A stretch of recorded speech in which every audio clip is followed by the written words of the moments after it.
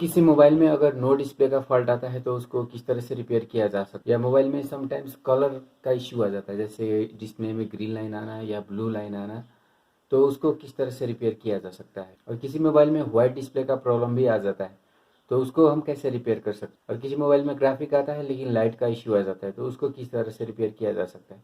तो ये सब भी इन्फॉर्मेशन हम इस वीडियो में लेने वाले हैं। मोबाइल में नो डिस्प्ले आना या मोबाइल का डिस्प्ले का कलर में प्रॉब्लम आ जाना या मोबाइल का ग्राफिक ओके होना लेकिन उसमें लाइट का इश्यू हो जाना, इस तरह का जो प्रॉब्लम है वो मोबाइल का एलसीडी सेक्शन या मोबाइल का जो ग्राफिक सेक्शन होता है उससे रिलेटेड सेक्शन में प्रॉब्लम हो जाने से आ जाता है। तो इस प्रॉब्लम को कैसे सॉल्व किया जा सकता है, तो इसका सोल्यूशन जानने से पहले हमें इसका वर्किंग जानना होगा। जैसे ग्राफिक सेक्शन क्या होता है, इसमें कौन कौन सा पार्ट इन्वॉल्व होता है, कौन मतलब ग्राफिक कैसे बनता है और कहाँ से कहाँ ट्रांसफ़र होता है।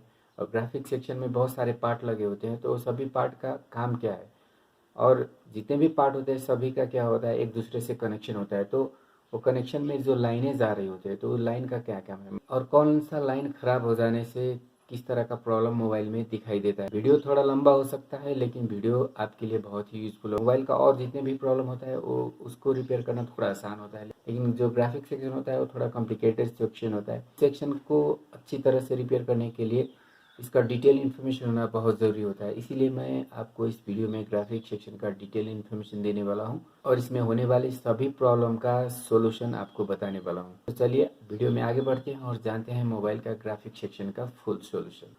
तो पिक्चर या किसी भी चीज़ को हम कहाँ पे देखते हैं, अपने डिस्प्ले के अंदर। तो इसका जो एंड पॉइंट होता है वो होता है डिस्प्ले। तो डिस्प्ले कहाँ जोड़ा जाता है, डिस्प्ले कनेक्टर के साथ जोड़ा जाता है। तो ये हो गया ग्राफिक निकलने का पॉइंट, मतलब इस पॉइंट से ग्राफिक डिस्प्ले के अंदर जाता है।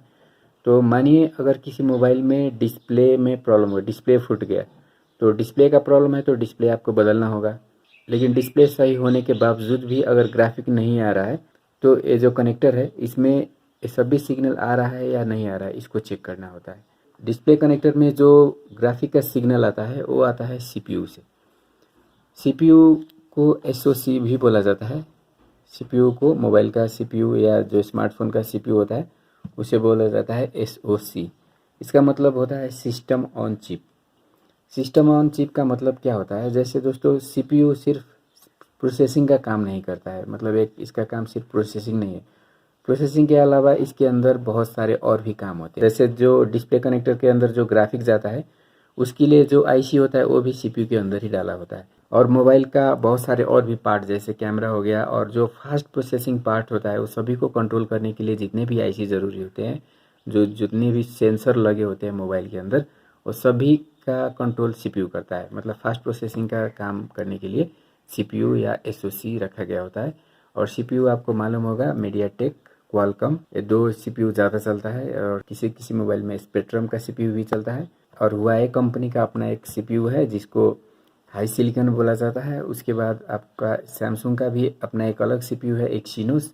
आईफोन का भी अपना एक सीपीयू है जिसको ए सीरीज़ बोला जाता है, मतलब A12, A13 बायोनिक, इस तरह से नाम दिया जाता है सीपीयू का। मतलब ज़्यादा करके जो मोबाइल होते हैं उसमें क्वालकॉम या मीडियाटेक का सीपीयू यूज़ किया जाता है। तो दोस्तों सीपीयू के अंदर वो सारी जो सेक्शन मैंने आपको कही वो सब भी इनबिल्ट होता है। एक ही चिप के अंदर ग्राफिक भी होता है, वाईफाई का सेक्शन भी होता है, और जो कैमरा होता है उसको कंट्रोल करने का, टच को कंट्रोल करने का, सेंसर को कंट्रोल करने का, सभी आईसीज इसी के अंदर डाला गया होता है। मोबाइल खुल रहा है लेकिन डिस्प्ले के अंदर ग्राफिक नहीं आ रहा है, तो सीपीयू से निकलने वाला जो ग्राफिक सिग्नल होते हैं उस लाइन में कोई खराबी आ जाने से इस डिस्प्ले के अंदर वो सिग्नल नहीं पुगता है और डिस्प्ले में जो ग्राफिक का प्रॉब्लम होता है वो दिखाई देता है। तो दोस्तों सीपीयू से जो यहाँ पे आने वाले जो सिग्नल्स है उसका नाम मैंने यहाँ पे लिख रखा है, आप देख सकते हो। जैसे आप सबसे ऊपर देख सकते हो मीपी लाइंस, MIPI लाइंस, या इसे ग्राफिक लाइन भी बोला जाता है। तो यहाँ पे मैंने 2 लाइन दिखाया है मीपी का, लेकिन मोबाइल के अंदर ये लाइन 4, 6, 8 इस तरह से हो सकता है। इस लाइन का आइडेंटिफिकेशन आप कैसे कर सकते हो, इसके लिए क्या होता है, जैसे ये जो LCD कनेक्टर है उसके बगल में आपको कंपोनेंट मिलेगा। जैसे यहाँ पे एक कंपोनेंट हो गया और यहाँ पे एक कंपोनेंट है, दोनों लाइन में एक एक कंपोनेंट है। इस दोनों लाइन का जो कंपोनेंट होता है वो एरे कंपोनेंट होता है या नेटवर्क कंपोनेंट होता है, मतलब दोनों अटैच होता है एक दूसरे से। नेटवर्क कंपोनेंट और जो पैक कंपोनेंट होता है वो ज़्यादा करके ग्राफिक लाइन में यूज किया जाता है। तो दोस्तों मानिए आपको यहाँ पे 3 कंपोनेंट मिला इस तरह का, मानिए आपको इस तरह का 3 कंपोनेंट मिला, तो आपको क्या समझना है, ग्राफिक का 6 लाइनें इस डिस्प्ले कनेक्टर के अंदर जा रहा है। अगर 2 पैक कंपोनेंट आपको मिल रहा है तो आपको क्या समझना है, 4 ग्राफिक लाइनें इस डिस्प्ले के अंदर जा रहा है। अगर 4 मिला तो 8 ग्राफिक लाइनें इस डिस्प्ले के अंदर जा रहा होता है। तो सभी मोबाइल में ग्राफिक का जो लाइन है वो सेम नहीं होता है। मोबाइल के डिफरेंट सेट में ग्राफिक का जो लाइन है उसका नंबर कम या ज़्यादा हो सकता है। तो दोस्तों ग्राफिक लाइन के बाद चलिए अब दूसरा लाइन को हम जानते हैं। तो आप यहाँ पे देख सकते हो एक लाइन है इनेबल और एक लाइन है रीसेट। तो दोस्तों इनेबल का मतलब क्या होता है, सीपीयू क्या करेगा, डिस्प्ले के अंदर ग्राफिक लाइन को या जो डेटा होता है उसको सेंड करेगा। तो डेटा को सेंड करने से पहले एलसीडी को या जो डिस्प्ले होता है उसको इनेबल करना होता है, उसको पहले एक्टिवेट या उसको ऑन करना होता है, क्योंकि डिस्प्ले ऑलवेज ऑन नहीं। मानिए आपको किसी ने कॉल किया तो कॉल का जो सिग्नल होता है, कॉल का जो इन्फॉर्मेशन होता है वो डिस्प्ले में दिखाना होता है। तो डिस्प्ले में दिखाने से पहले क्या करेगा, डिस्प्ले को इनेबल करेगा, और इनेबल हो जाने के बाद सीपीयू क्या करेगा, उसमें जो भी इन्फॉर्मेशन को सेंड करना है वो ग्राफिक लाइन और जो डेटा लाइन होता है उसके थ्रू यहाँ पे सेंड कर देता है। और जो मोबाइल का डिस्प्ले होता है उसमें हम ग्राफिक को देख पाते हैं। तो इस लाइन में प्रॉब्लम आ जाए तो भी आपका ग्राफिक से रिलेटेड प्रॉब्लम आ सकता है, और इस लाइन में प्रॉब्लम आ जाए तो भी आपका ग्राफिक से रिलेटेड प्रॉब्लम आ सकता है। अगर आपका डिस्प्ले बिल्कुल ठीक है लेकिन ए लाइन या ए लाइन अगर ख़राब हो जाता है तो आपका डिस्प्ले में प्रॉब्लम आ जाएगा। तो आप यहाँ पे देख सकते हो रीसेट। रीसेट का मतलब क्या होता है, पुराने इन्फॉर्मेशन को क्लियर करके नई इन्फॉर्मेशन को लोड करना है। जैसे ग्राफिक में जो सिग्नल आ रहा होता है, एक बार जो सिग्नल आया और उसको हटा के हम मानिए उसमें दोबारा दूसरा सिग्नल को लोड करना है, तो पुराने सिग्नल को क्या करना होगा, रीसेट करना होगा। तो इस तरह से इसमें रीसेट का सिग्नल भी आता है, मतलब पुराने जो डिस्प्ले में सिग्नल ऑलरेडी आ रहा है उसको हटा के दूसरा अगर सिग्नल सेंड करना है तो उसको रीसेट करने के लिए रीसेट सिग्नल यूज़ किया जाता है। डिस्प्ले पहले इनेबल होगा, उसमें कोई डाटा आएगा, डाटा को शो करेगा और उस डाटा को हटा के फिर दूसरा डाटा को सेंड करना है तो उसके लिए एक रीसेट सिग्नल डिस्प्ले में आना ज़रूरी होता है। तो दोस्तों आप यहाँ पे देख सकते हो एक और सिग्नल है जिसका नाम है एसटीए। एसटीए का मतलब होता है डेटा सिग्नल। तो दोस्तों सीपीयू को जो भी डेटा डिस्प्ले को सेंड करना होता है वो सेंड करने के लिए एक लाइन का यूज किया जाता है जिसको एसटीए लाइन बोला जाता है। तो इससे डेटा ट्रांसफ़र का काम इस लाइन से किया जाता है। इसके बाद एक और लाइन होता है, आप यहाँ पे देख सकते हो एस क्लॉक। मोबाइल का सीपीयू से डिस्प्ले के अंदर जो जितने भी डेटा जाता है तो उस डेटा का स्पीड कितना होना चाहिए। मानिए यहाँ पे 1 बाइट डेटा ट्रांसफ़र हो रहा है इसके अंदर से, तो उस डेटा का स्पीड कितना होना चाहिए तो उसका डिसीजन क्लॉक करता है। जैसे डेटा का स्पीड सेकेंड में मेज़र किया जाता है, मतलब 1 सेकेंड के अंदर मतलब कितना बार इस लाइन से डेटा ट्रांसफ़र होगा, 1 बार होगा या 10 बार होगा या 100 बार होगा या 1 लाख बार होगा या कितना बार होगा, कितना टाइम होगा, उसका डिसीजन एक क्लॉक करता है। सीपीयू का क्लॉक को गीगाहर्ट्ज़ में मेज़र किया जाता है। तो सीपीयू का जो क्लॉक होता है वो GHz में होता है, गीगाहर्ट्ज़ में होता है। तो गीगाहर्ट्ज़ के मतलब क्या होता है, 1 सेकेंड में अगर 1 बार जा रहा है तो उसको 1 हर्ट्ज़ बोला जाता है। 1 सेकेंड में अगर 1000 बार जाएगा तो उसको 1 किलो हर्ट्ज़ बोला जाएगा।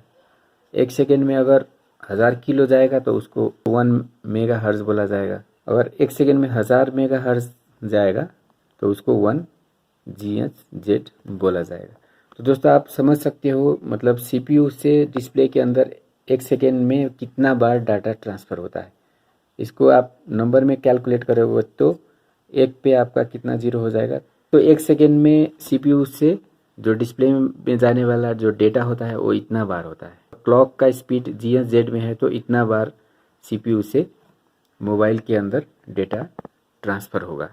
किसी सीपीयू का स्पीड 1.8 गीगाहर्ट्ज़ है तो 1.8 इंटू इतना बार सीपीयू से डिस्प्ले के अंदर डेटा ट्रांसफ़र। तो ये जो क्लॉक सिग्नल है उसका मेन काम होता है सीपीयू से डिस्प्ले के अंदर जो डेटा जाएगा उसका स्पीड कितना होगा।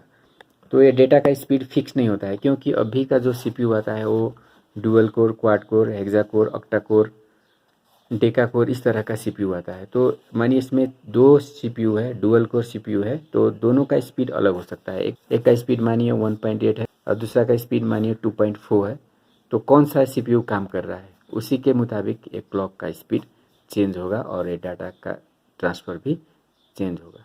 मतलब छोटा काम है तो जो कम स्पीड वाले सीपीयू है वो करता है, और बड़ा काम है तो इसमें जो हाई स्पीड वाला सीपीयू है वो काम करता है। इस तरह से एक सीपीयू से डिस्प्ले कनेक्टर में जाने वाले जो सिग्नल होते हैं वो, उस सिग्नल को हम ग्राफिक सिग्नल या मीपी लाइन बोल सकते हैं, जिससे ग्राफिक का सिग्नल जाता है, कलर वगैरह इस तरह का सिग्नल जाता है। और दूसरा होता है इनेबल। ग्राफिक या सिग्नल को सेंड करने से पहले इसको ऑन करना होता है, तो उसके लिए इनेबल सिग्नल जाता है। सिग्नल एक बार आ जाने के बाद दूसरा सिग्नल पठाने के लिए पुराने जो सिग्नल होता है उसको हटाना होता है, तो उसे रीसेट सिग्नल बोला जाता है। और जो डेटा ट्रांसफ़र होता है वो इसके थ्रू होता है, और ये जो डेटा है उसका स्पीड कितना होना चाहिए, तो स्पीड को एक क्लॉक सिग्नल कैरी करता है।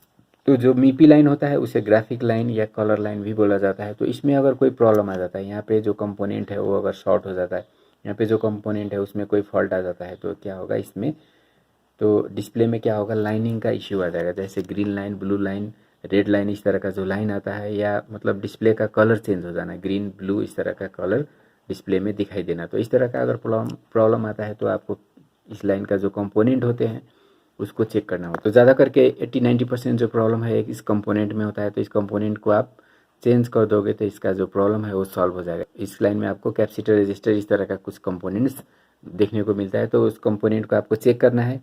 और इसको चेक करने के लिए आप रेफरेंस पॉइंट यहाँ से ले सकते हो। ये जो कंपोनेंट जो मैंने आपको बताया, ये पेयर में जो कंपोनेंट रखे होते हैं, कंपोनेंट के एक पॉइंट में आपको मल्टीमीटर रख के और इससे जो जुड़े हुए कंपोनेंट है उसको फाइंड करना है, और उसमें शॉर्टिंग या क्या प्रॉब्लम है पहले उसको सॉल्व करना है। अगर इसमें प्रॉब्लम नहीं है तो फिर आपका जो प्रॉब्लम है वो या तो सीपीयू से हो सकता है या तो डिस्प्ले से हो सकता है। डिस्प्ले के अंदर भी कनेक्टर होता है और बोर्ड में भी इस तरह का प्लास्टिक कनेक्टर रखा गया होता है डिस्प्ले जोड़ने के लिए। तो इसमें अगर रस्ट लग जाता है, जंग लग जाता है, तो के कारण भी इसमें इशू आ सकता है। तो सबसे पहले आपको अच्छी तरह से क्लीन करके एक बार कनेक्ट करके देखना है। यहाँ पे थोड़ा सा प्रेस करके भी देखना है। किस टाइम में क्या होता है, जो कनेक्शन है वो लूज़ हो जाने पर भी ग्राफिक का लाइनिंग का इश्यू हो सकता है। तो पहले आपको सबसे पहले क्लीन करना है, उसके बाद यहाँ जोड़ के उसको थोड़ा सा इसे दबा के चेक करना है जो कलर का इश्यू है वो जा रहा है कि नहीं जा रहा है। अगर उतना से भी नहीं जा रहा है तो फिर आपको कंपोनेंट चेक करना है। तो अगर कंपोनेंट भी सही है तो फिर आपका जो प्रॉब्लम है वो सीपीयू से होगा, तो सीपीयू को आपको रिवॉल्व करना होता है। तो इस तरह से हम डिस्प्ले में जो कलर का इश्यू है तो उसका सोल्यूशन कर सकते हैं। तो उसके बाद अब हम बात करते हैं इनेबल सिग्नल का। तो इनेबल सिग्नल नहीं आने पर क्या होगा, ग्राफिक जो हमारा डिस्प्ले है वो, तो इनेबल सिग्नल अगर नहीं आ रहा है तो हमारा जो डिस्प्ले है वो ऑन नहीं होगा, और सीपीयू का कोई भी जो डेटा लाइन होता है या जो कलर लाइन होता है वो उसको डिस्प्ले में शो नहीं करेगा। तो ज़्यादा करके मानिए आपका डिस्प्ले ठीक है लेकिन आपका ग्राफिक उसमें नहीं दिख रहा है, मतलब इनेबल नहीं हो रहा है, नया डिस्प्ले डालने पर भी इनेबल नहीं हो रहा है, उसमें ग्राफिक नहीं आ रहा है, तो मोस्टली जो प्रॉब्लम होता है वो इनेबल लाइन में होता है। तो इस लाइन को आपको चेक करके इसका जो कंपोनेंट होता है उसमें शॉर्टिंग या ओपन होने पर इश्यू आ सकता है। तो इसको आपको, तो इस लाइन का जो कंपोनेंट है उसको आपको फाइंड करना है और फिर उसको सॉल्यूशन करना है। अगर ये नहीं हो रहा है तो फिर आपका जो प्रॉब्लम है वो सीपीयू लाइन से हो सकता है। रीसेट लाइन में प्रॉब्लम हो जाने पर क्या होगा, मतलब ग्राफिक आएगा लेकिन ग्राफिक आने के बाद हैंग हो जाना, जैसे ग्राफिक आना फिर आप मतलब दूसरा कोई ग्राफिक उसमें दिखाई नहीं देना। तो मतलब मोबाइल खुल रहा है लेकिन क्या खुलने के बाद क्या मोबाइल हैंग हो जा रहा है। तो इस तरह का प्रॉब्लम है, तो एक सॉफ्टवेयर के कारण भी हो सकता है। अगर सॉफ्टवेयर डालने पर भी इश्यू सॉल्व नहीं हो रहा है तो फिर क्या होगा, ये जो रीसेट लाइन होता है तो उसके कारण भी वो इश्यू हो सकता है। तो आपको क्या करना है, रीसेट लाइन कौन सा है वो फाइंड करके और उसको चेक करना है अच्छी तरह से। अगर ये रीसेट लाइन ठीक है तो फिर आपका जो इश्यू है वो सीपीयू से होगा। तो ये सभी करने से पहले आपको डिस्प्ले कनेक्टर को क्लीन करना है अच्छी तरह से, क्योंकि डिस्प्ले कनेक्टर में जंग लग जाने से या धूल जम जाने से भी इश्यू हो सकता है। तो सबसे फर्स्ट आपका क्या है, इसको अच्छी तरह से क्लीन करना है। इसका जो जितने भी लाइन है, रीसेट लाइन, इनेबल लाइन और ग्राफिक या मीपी लाइन, सभी को एक एक करके चेक करना है, और सभी लाइन ठीक है तो फिर आपको सीपीयू में जाना है। तो डेटा लाइन ख़राब हो जाने से क्या होगा, स्क्रीन में कोई भी डेटा नहीं दिखाई देगा। डेटा नहीं दिखाई देने पर मतलब स्क्रीन में लाइट जलेगा, वाइट डिस्प्ले आएगा लेकिन डेटा कोई भी शो नहीं होगा। तो मतलब वाइट डिस्प्ले आना लेकिन स्क्रीन में कोई भी इन्फॉर्मेशन नहीं दिखना। तो इसका अगर इश्यू आ रहा है तो आपको क्या करना है, ये जो डेटा लाइन होता है उसको और ये जो क्लॉक लाइन होता है उसको चेक करना है, क्योंकि डेटा बिना क्लॉक के डेटा ट्रांसफ़र नहीं होता है। तो दोनों लाइन में प्रॉब्लम आ जाने से आपका क्या होगा, मतलब डिस्प्ले सिर्फ वाइट दिखाना और उसमें कोई भी ग्राफिक नहीं आने, इस तरह का प्रॉब्लम आपको दिखाई देगा। तो किसी मोबाइल में इससे अलग यहाँ पे एक और आईसी भी आपको देखने को मिल जाएगा इस तरह से, जिसमें क्या किया जाता है, ये सभी लाइन जो है ये 4 लाइन आप देख रहे हो, clock line, data line, reset और इनेबल, ये चारों को कंबाइन करके यहाँ से 2 लाइन निकाल के और डिस्प्ले के अंदर दिया जाता है। तो इसको भी हम ग्राफिक आईसी बोल सकते हैं। एक छोटा सा ग्राफिक, मतलब ग्राफिक तो मेन सीपीयू के अंदर होता है, लेकिन ग्राफिक का जो 4 सिग्नल है उसको 2 बना के और डिस्प्ले में देने के लिए एक छोटा सा आईसी यहाँ पे रखा गया होता है। तो इसमें प्रॉब्लम आ जाने पर भी आपका क्या होगा, डिस्प्ले में वाइट डिस्प्ले आना और कोई भी इंफॉर्मेशन नहीं आना, इस तरह का इश्यू हो सकता है। डिस्प्ले में ग्राफिक दिखाई दे रहा है लेकिन लाइट नहीं आ रहा है, उस कंडीशन में जो इसमें पावर सप्लाई होता है उसमें इश्यू हो सकता है। तो आप यहाँ पे देख सकते हो पावर सप्लाई के लिए मैंने नीचे यहाँ पे डायग्राम बना रखा है। जो एलसीडी लगे होते हैं डिस्प्ले के अंदर, तो इस एलसीडी को चलाने के लिए इसमें वोल्टेज देना ज़रूरी होता है और वोल्टेज हाई वोल्टेज ज़रूरी होता है, 15 से लेके 25 वोल्ट तक, या इससे थोड़ा कम ज़्यादा भी हो सकता है मोबाइल के मॉडल के मुताबिक। तो इतना वोल्टेज, या मतलब मानिए आपको हाई वोल्टेज डिस्प्ले के अंदर देना ज़रूरी होता है। तो हाई वोल्टेज मोबाइल के अंदर तो हमारा जो बैटरी होता है उसका वोल्टेज सिर्फ 3.7 से लेके मैक्सिमम 4.4 होता है। तो इसको इतना बनाना है, 15 से लेके 25 वोल्ट बनाना है। मतलब ब्राइटनेस बढ़ाने पर आपका वोल्टेज भी बढ़ेगा और घटाने पर वोल्टेज भी कम होगा। तो उसके लिए एक अलग सेक्शन बनाया गया होता है, उसको हम डिस्प्ले लाइट सेक्शन बोलते हैं। डिस्प्ले के अंदर जो लाइट होता है उसको जलाने के लिए, उसके लिए वोल्टेज बनाने के लिए एक आईसी डाल के और हाई वोल्टेज कंपोनेंट को डाल के एक सेक्शन बनाया गया होता है। तो उसको बोला जाता है डिस्प्ले लाइट सेक्शन। तो इसके लिए एक आईसी लगाया गया होता है, इसको बोला जाता है लाइट ड्राइवर आईसी। तो ये लाइट ड्राइवर आईसी क्या करता है, वोल्टेज, लो वोल्टेज को हाई वोल्टेज में चेंज करने का काम करता है। तो इस आईसी को वोल्टेज कहाँ से मिलता है, आप देख सकते हो ये जो आईसी है इसको वोल्टेज मिल रहा है एक दूसरे आईसी से। तो इस आईसी को बोला जाता है पीएमआई आईसी या बीक्यू आईसी या डीसी टू डीसी आईसी भी बोला जाता है। तो ये जो आईसी है ये बैटरी से जो वोल्टेज मिलता है 3.7, तो इस वोल्टेज को डायरेक्ट यहाँ पे देने से भी होता, लेकिन अभी के मोबाइल में क्या किया जाता है, इसको डायरेक्ट यहाँ पे नहीं देके पहले एक आईसी को दिया जाता है जिसको पीएमआई आईसी या बीक्यू, मतलब इस आईसी के ऊपर बीक्यू लिखा होता है, बीक्यू मतलब कंपनी का नाम है। तो इस आईसी का मेन फंक्शन क्या होता है, डीसी टू डीसी चेंज करना। मतलब यहाँ पे जो 3.7 वोल्ट डीसी आ रहा है तो ये भी क्या करेगा, यहाँ से 3.7 वोल्ट डीसी ही आउट करेगा। तो इसीलिए इसको डीसी टू डीसी आईसी भी बोला जाता है। तो इस तरह से वोल्टेज डीसी लेके डीसी आउट करेगा और इसके बाद ये क्या करेगा, इस वोल्टेज को पावर आईसी को भी देगा और जहाँ जहाँ भी इसको देना है वहाँ पे सप्लाई करेगा। यहाँ से पुराने मोबाइल में डायरेक्ट बैटरी कनेक्टर से जो वोल्टेज आता था, अब कहाँ से जाता है, पीएमआई से जाता है। तो इससे जो वोल्टेज निकलता है तो उसको वीपीएस वोल्टेज या फेज वोल्टेज बोला जाता है। तो ये जो वीपीएस वोल्टेज है आप देख सकते हो यहाँ पे एक कॉइल को दिया जा रहा है और यही वोल्टेज इस लाइट ड्राइवर आईसी को दिया जा रहा है। जितना ज़्यादा ये ऑन ऑफ करेगा उतना यहाँ से ज़्यादा वोल्टेज निकलेगा। तो इस तरह से वोल्टेज बूस्टिंग करने के लिए एक कॉइल लगाया गया होता है, तो इसको बोला जाता है बूस्ट कॉइल। और यहाँ पे जो वोल्टेज मानी यहाँ पे 15 से लेके 25 वोल्ट यहाँ पे जो बनता है वो बन जाता है एसी वोल्टेज, क्योंकि ऑन ऑफ करने पर जो वोल्टेज बनेगा वो फ्रीक्वेंसी वाला वोल्टेज हो जाएगा। क्योंकि डीसी वोल्टेज इस तरह से होता है और जो एसी वोल्टेज होता है वो इस तरह से वोल्टेज होता है। ऑन ऑफ करके जो वोल्टेज बनेगा वो इस तरह से बनेगा। तो ये यहाँ पे डीसी आएगा, लेकिन कॉइल के बाद जो वोल्टेज निकलेगा वो एसी बन जाएगा। और उस एसी वोल्टेज को डीसी में चेंज करने के लिए एक डायोड यहाँ पे रखा गया होता है। तो ये डायोड क्या करता है, फिर इस वोल्टेज को डीसी बनाएगा और कॉइल फिर उस वोल्टेज को फिल्टर करेगा और फिर वो वोल्टेज क्या हो जाता है, एलसीडी के अंदर ट्रांसफ़र कर दिया जाता है। ये लाइट ड्राइवर जो आईसी है वो ऑलवेज काम नहीं करता है, ये तभी काम करेगा जब इसमें लाइट ज़रूरी होगा। तो इसमें लाइट कब ज़रूरी होता है, जब हम कोई काम करना चाहते हैं अपने मोबाइल में। जैसे मोबाइल का आप कोई बटन प्रेस करो, जैसे पावर स्विच आप प्रेस करोगे तो डिस्प्ले में लाइट जल जाता है। होम बटन प्रेस करो तो भी डिस्प्ले में लाइट जल जाएगा। आप फिंगरप्रिंट पे टच करो तो भी डिस्प्ले में लाइट जल जाएगा। नेटवर्क सेक्शन इनेबल हो, मतलब आपका फ़ोन में कॉल आ रहा है कहीं से, तो भी क्या होगा, ये डिस्प्ले में लाइट जल जाएगा।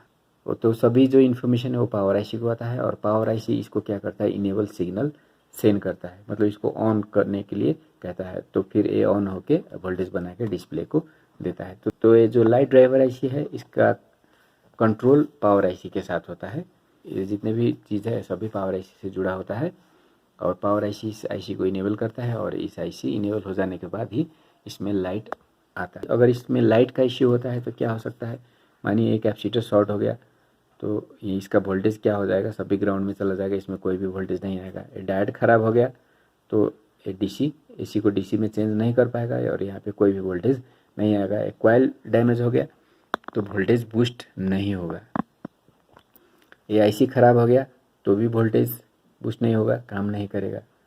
तो इस तरह से ज़्यादा करके इसमें प्रॉब्लम क्या हो सकता है, ये डायोड ख़राब हो सकता है, ये कैपेसिटर ख़राब हो सकता है, ये कॉइल ख़राब हो सकता है और ये आईसी ख़राब हो सकता है अगर लाइट का इश्यू है तो। और समटाइम्स क्या हो सकता है, ये सब भी ठीक है अगर, तो फिर ये जो इनेबल सिग्नल आ रहा है पावर आईसी से इस लाइट आईसी को, तो उस इनेबल सिग्नल में भी कोई प्रॉब्लम हो सकता है। तो दोस्तों इस तरह से एक लाइट आईसी के अंदर का ग्राफिक सिग्नल कैसे बनता है, कैसे काम करता है, और जो लाइट सिग्नल होता है मतलब ब्राइटनेस को बढ़ाने घटाने के लिए, एलईडी को जलाने के लिए जो वोल्टेज हाई वोल्टेज ज़रूरी होता है वो कैसे काम करता है, इसका इन्फॉर्मेशन मैंने आपको इस वीडियो में दी। बोर्ड में भी आपको मैं इसका डिटेल दिखाऊंगा किसी अगले वीडियो में। तो इस वीडियो में इतना ही, मिलते हैं अगले वीडियो में इसका डिटेल इन्फॉर्मेशन के साथ।